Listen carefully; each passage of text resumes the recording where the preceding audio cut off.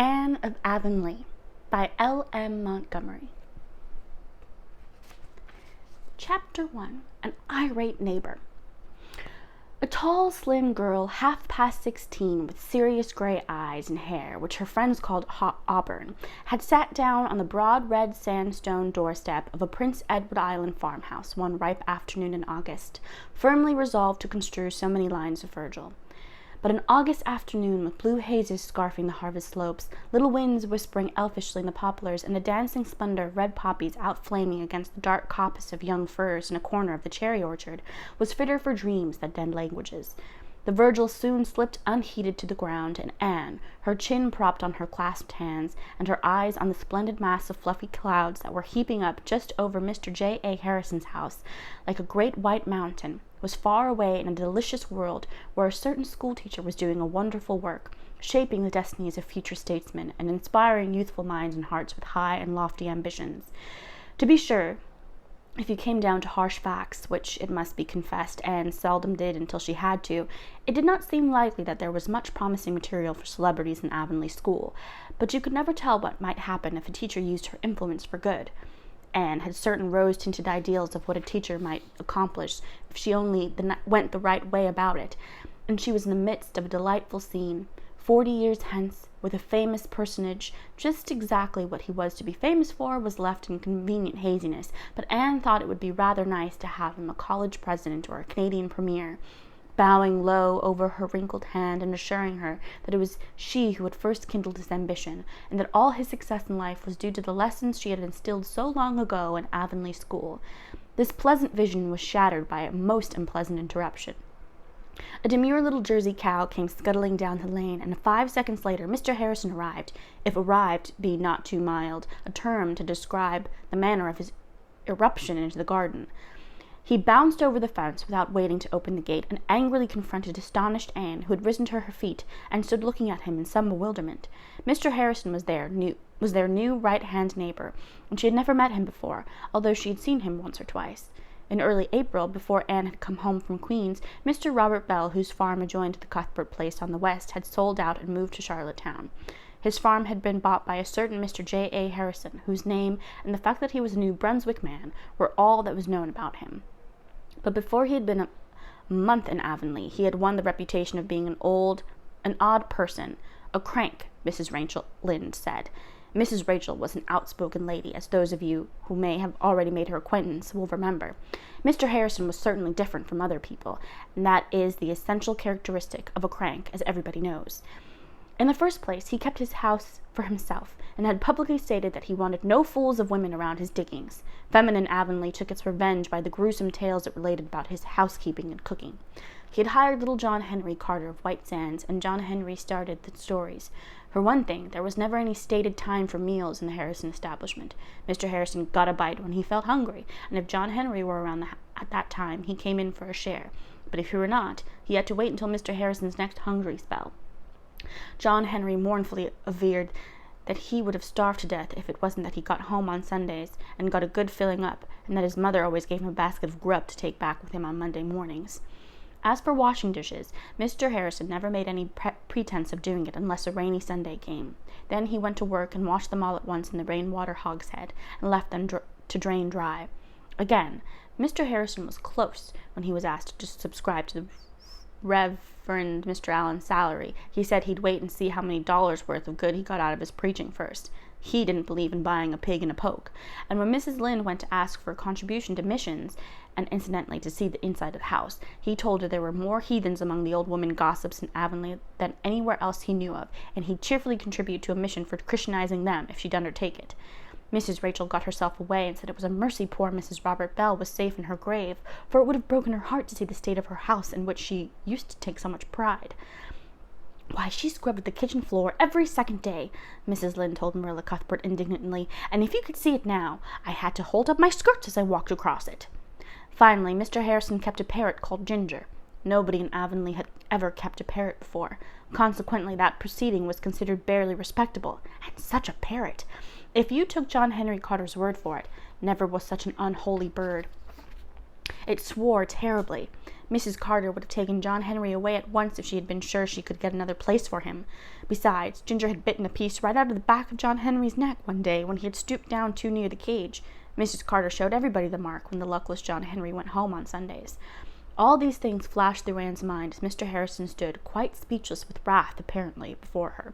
In his most amiable mood, Mr. Harrison could not have been considered a handsome man. He was short and fat and bald, and now, with his round face purple with rage and his prominent blue eyes almost sticking out of his head, Anne thought he was really the ugliest person she had ever seen. All at once Mr. Harrison found his voice. "I'm not going to put up with this," he spluttered. "Not a day longer. Do you hear me, miss? Bless my soul, this is the third time, miss. The third time. Patience has ceased to be a virtue, miss. I warned your aunt the last time not to let it occur again, and she's let it. She's done it. What does she mean by it? That is what I want to know. That is what I'm here about, miss." "Will you explain what the trouble is?" asked Anne in her most dignified manner. She had been practicing it considerably of late to have in good working order when school began, but it had no apparent effect on the irate J.A. Harrison. "Trouble, is it? Bless my soul, trouble enough, I should think. The trouble is, miss, that I found the Jersey cow of your aunt's in my oats again, not half an hour ago. The third time, mark you. I found her in last Tuesday, and I found her in yesterday. I came here and told your aunt not to let it occur again. She has let it occur again. Where's your aunt, miss? I just want to see her for a minute and give her a piece of my mind, a piece of J.A. Harrison's mind, miss." "If you mean Miss Marilla Cuthbert, she is not my aunt, and she has gone down to East Grafton to see a distant relative of hers who is very ill," said Anne with due increase of dignity at every word. "I am very sorry that my cow should have broken into your oats. She is my cow and not Miss Cuthbert's. Matthew gave her to me 3 years ago when she was a little calf, and he bought her from Mr. Bell." "Sorry, miss? Sorry isn't going to help matters any. You better go and look at the havoc that animal has made in my oats. Trampled them from the center to circumference, miss." "I am very sorry," repeated Anne firmly, "but perhaps if you kept your fences in better repair, Dolly might not have broken in. It is your part of the line fence that separates your oat field from our pasture, and I noticed the other day that it is not in very good condition." "My fence is all right," snapped Mr. Harrison, angrier than ever at this carrying of the war into the enemy's country. "The jail fence couldn't keep a demon of a cow like that out, and I can tell you, you red-headed snippet, that if the cow is yours, as you say, you'd better be employed in watching her out of other people's grain than in sitting round reading yellow-covered novels," with a scathing glance at the innocent tan-colored Virgil by Anne's feet. Something at the moment was red beside Anne's hair, which had always been a tender point with her. "I'd rather have red hair than none at all, except a little fringe around my ears," she flashed. The shot told, for Mr. Harrison was really very sensitive about his bald head. His anger choked him up again, and he could only glare speechlessly at Anne, who recovered her temper and followed up her advantage.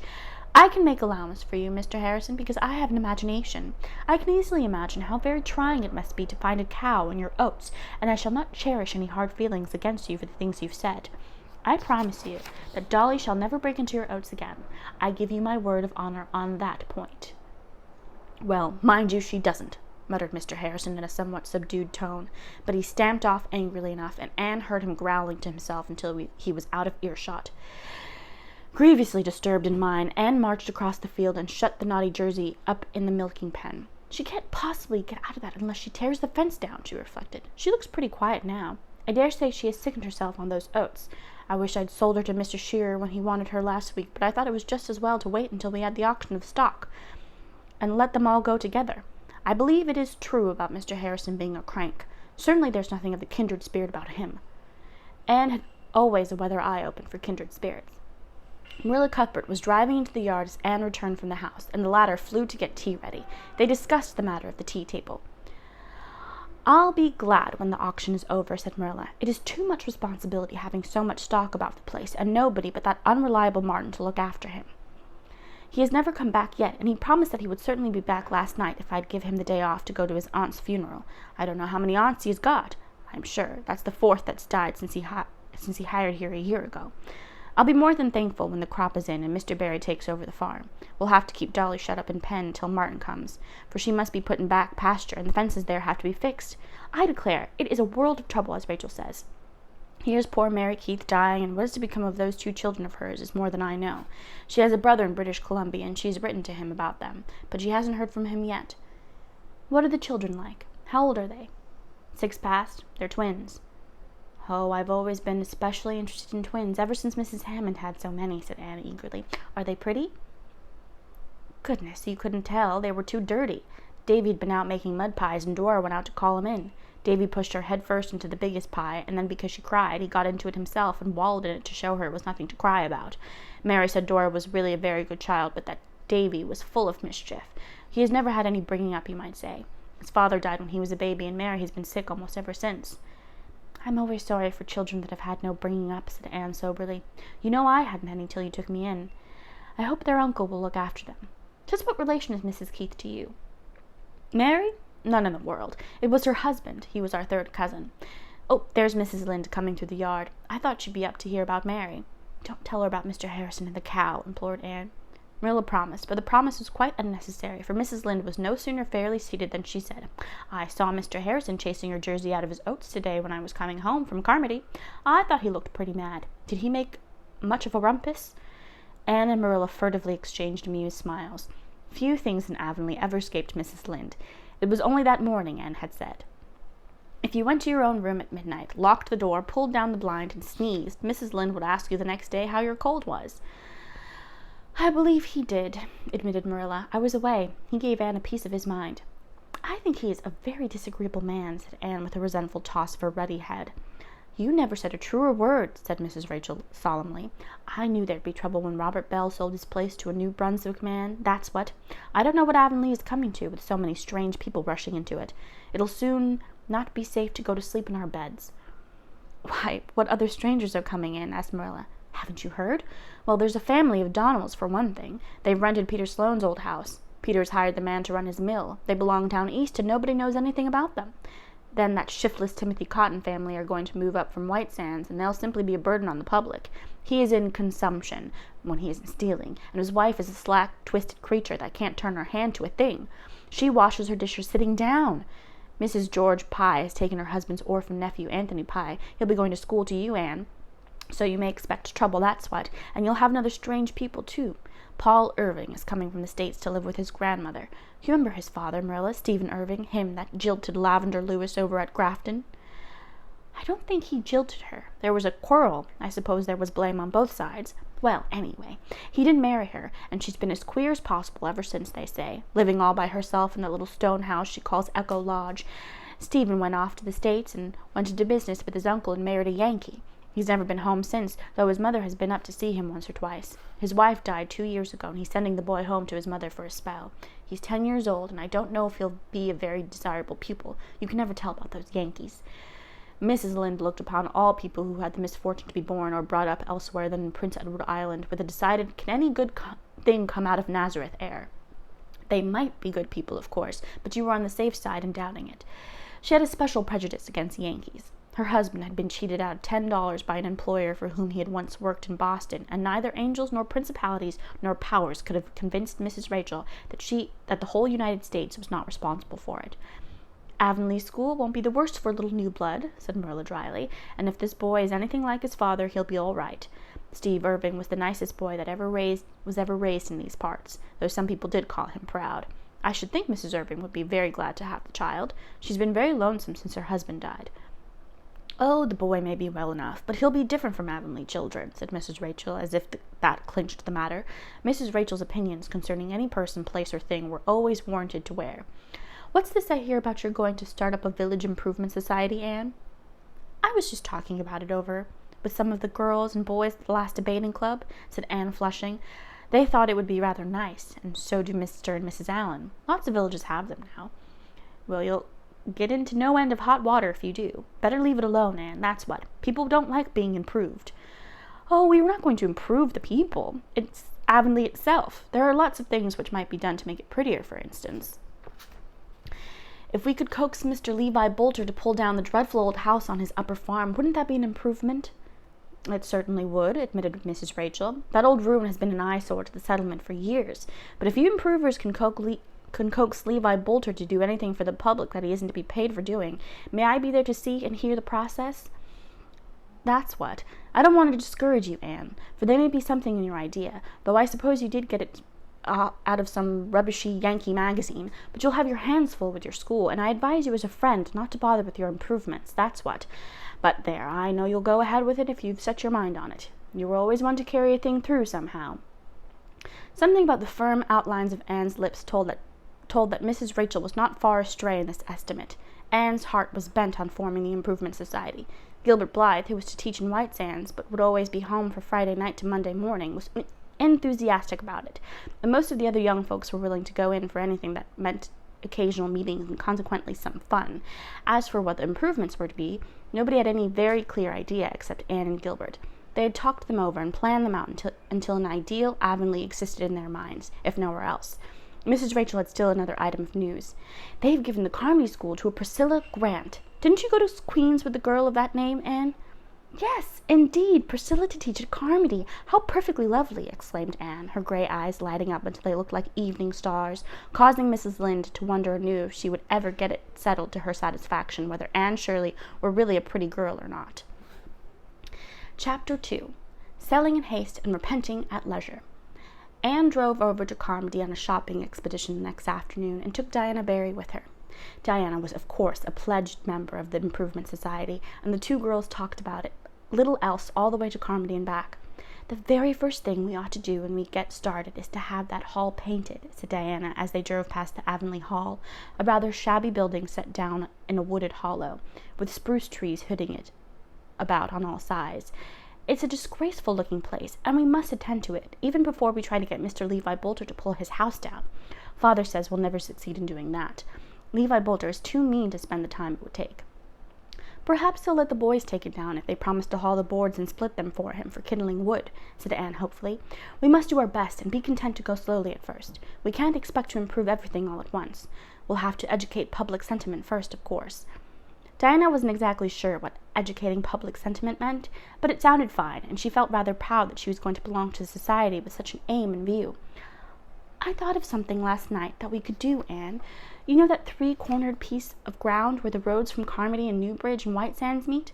It's all grown over with young spruce, but wouldn't it be nice to have them all cleared out and just leave 2 or 3 birch trees that are on it?" "Splendid," agreed Anne gaily, "and have a rustic seat put under the birches, and when the spring comes we'll have a flower bed made in the middle of it and plant geraniums." "Yes, only we'll have to devise some way of getting old Mrs. Hiram Sloane to keep her cow off the road, or she'll eat our geraniums up," laughed Diana. "I begin to see what you mean by educating public sentiment, Anne. There's the old Bolter house now. Did you ever see a rookery? And perched right close to the road, too. An old house with its windows gone always makes me think of something dead with its eyes picked out." "I think an old deserted house is such a sad sight," said Anne dreamily. "It always seems to me to be thinking about its past and mourning for its old-time joys. Marilla says that a large family was raised in that old house long ago, and that it was a real pretty place, with a lovely garden and roses climbing all over it. It was full of little children and laughter and songs, and now it is empty, and nothing ever wanders through it but the wind. How lonely and sorrowful it must feel. Perhaps they all came back on moonlit nights, the ghosts of the little children of long ago, and the roses and the songs, and for a little while the old house can dream it is young and joyous again." Diana shook her head. "I never imagined things like that about places now, Anne. Don't you remember how cross Mother and Marilla were when we imagined ghosts into the haunted wood? To this day I can't go through that bush comfortably after dark, and if I began imagining such things about the old Bolter house, I'd be frightened to pass it too. Besides, those children aren't dead. They're all grown up and doing well, and one of them is a butcher, and flowers and songs couldn't have ghosts anyhow." Anne smothered a little sigh. She loved Diana dearly, and they'd always been good comrades, but she had long ago learned that when she wandered into the realm of fancy she must go alone. The way to it was by an enchanted path where not even her dearest might follow her. A thunder shower came up while the girls were at Carmody. It did not last long, however, and the drive home through lanes where the raindrops sparkled on the boughs and little leafy valleys where the drenched ferns gave out spicy odors was delightful. But just as they turned into the Cuthbert Lane, Anne saw something that spoiled the beauty of the landscape for her. Before them on the right extended Mr. Harrison's broad gray-green field of late oats, wet and luxuriant, and there, standing squarely in the middle of it, up to her sleek sides and lush growth, and blinking at them calmly over the intervening tassels, was a Jersey cow. Anne dropped the reins and stood up with a tightening of the lips that boded no good to the predatory quadruped. "Not a word," she said, but she climbed nimbly down over the wheels and whisked across the fence before Diana understood what had happened. "Anne, come back!" shrieked the latter as soon as she found her voice. "You'll ruin your dress in that wet grain. Ruin it! She doesn't hear me. Well, she'll never get that cow out by herself. I must go and help her, of course." Anne was charging through the grain like a mad thing. Diana hopped briskly down, tied the horse securely to a post, turned the skirt of her pretty gingham dress over her shoulders, mounted the fence, and started in pursuit of her frantic friend. She could run faster than Anne, who was hampered by her clinging and drenched skirt, and soon overtook her. Behind them, they left a trail that would break Mr. Harrison's heart when he should see it. "Anne, for mercy's sake, stop!" panted poor Diana. "I'm right out of breath, and you are wet to the skin." "I must get that cow out before Mr. Harrison sees her," gasped Anne. "I don't care if I'm drowned, if we can only do that." But the Jersey cow appeared to see no good reason for being hustled out of her luscious browsing. No sooner had the two breathless girls got near her than she turned and bolted squarely for the opposite corner of the field. "Head her off!" screamed Anne. "Run, Diana, run!" Diana did run.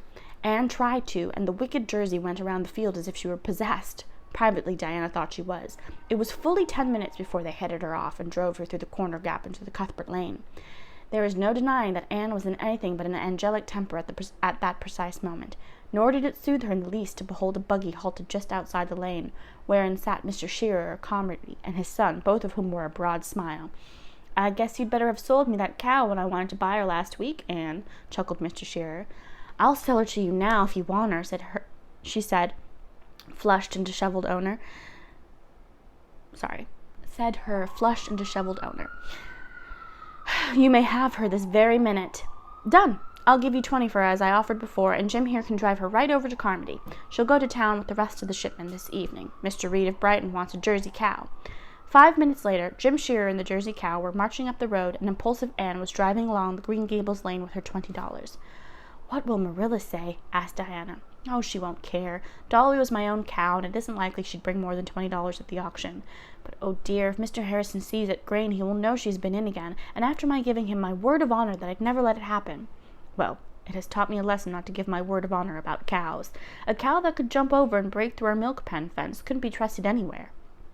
Marilla had gone down to Mrs. Lynde's, and when she returned knew all about Dolly's sale and transfer, for Mrs. Lynde had seen most of the transaction from her window and guessed the rest.